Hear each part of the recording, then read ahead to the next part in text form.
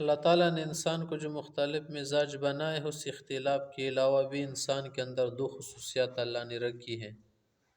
انسان کو اللہ تعالیٰ نے جو جسد دیا ہے، بدن دیا ہے، دھڑ دیا ہے، یہ مٹی کا بنا ہوا ہے، اور اس پر مٹی کے اثرات کا یہی جو ہے آپ کو مظہر نظر آ رہا ہے کہ جو چیزیں مٹی میں پیدا ہوتی ہے اسی سے اس کو سکون ملتا ہے۔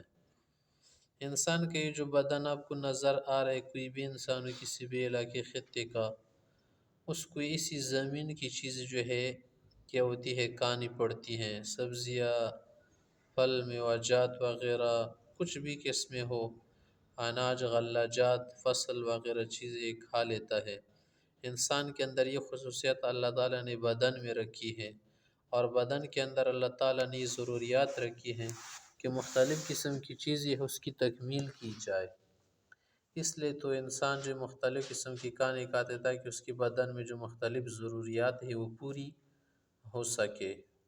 اگر ایک کھانا ہمیشہ کھائے گا یا دوسرا چھوڑے گا تو پھر اس کی بینائی متاثر ہو سکتی ہے، اس کا چمڑا سکن متاثر ہو سکتا ہے، اس کے بال متاثر ہو سکتے ہیں، اس کی بہت ساری چیزوں پر اثر پڑ سکتا ہے۔ لیکن جب وہ کیا کرے گا، ادھر ادھر کے مختلف کھانے کھائے گا تو پھر اس کو زیادہ فائدہ حاصل ہوگا۔ لیکن اس میں جو فقیر غریب لوگ ہوتے ہیں وہ سب کھانے تو کھا نہیں سکتے، اس لیے ان کے جسد کمزور ہوتے، آپ نے دیکھے ہوں گے، اور ان کا کھانا بھی اچھا نہیں ہوتا، اس کی وجہ سے ان کے چہرے جو ہے برابر نہیں ہوتے۔ اور جو مالدار ہوتے، امیر ہوتے، وہ ہر طرح کی کھانی پوری کر سکتے، متوازن غذا بھی کھا سکتے، متوازن کے علاوہ زیادہ بھی کھا سکتے ہیں، اور اپنی مرضی، طبیعت اور شہوت اور اپنے جذبات کے مطابق جو کھانے ان کو وقت بوقت پسند آتے وہ کھا لیتے، اس لیے ان کا بدن جو ہے چکنا ہوتا ہے۔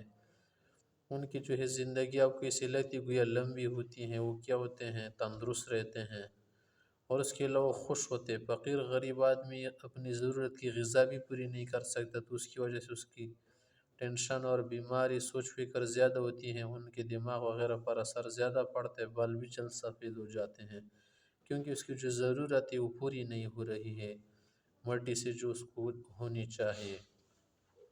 اور دوسری چیز اللہ تعالیٰ نے انسان میں جو رکھی ہے وہ روح ہے۔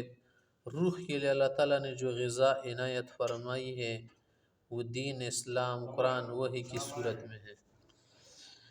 دوسری چیز جو اللہ تعالیٰ نے انسان کے اندر ودیعت رکھی ہے، اس کی غذا وحی ہے، قرآن ہے، اسلام ہے۔ اس کے متعلق ہم آپ کے ساتھ انشاءاللہ مزید آگے ڈسکس کریں گے، تاکہ آپ جو ہے دنیا اور انسان اور اس جہان کی حقیقت جان سکے۔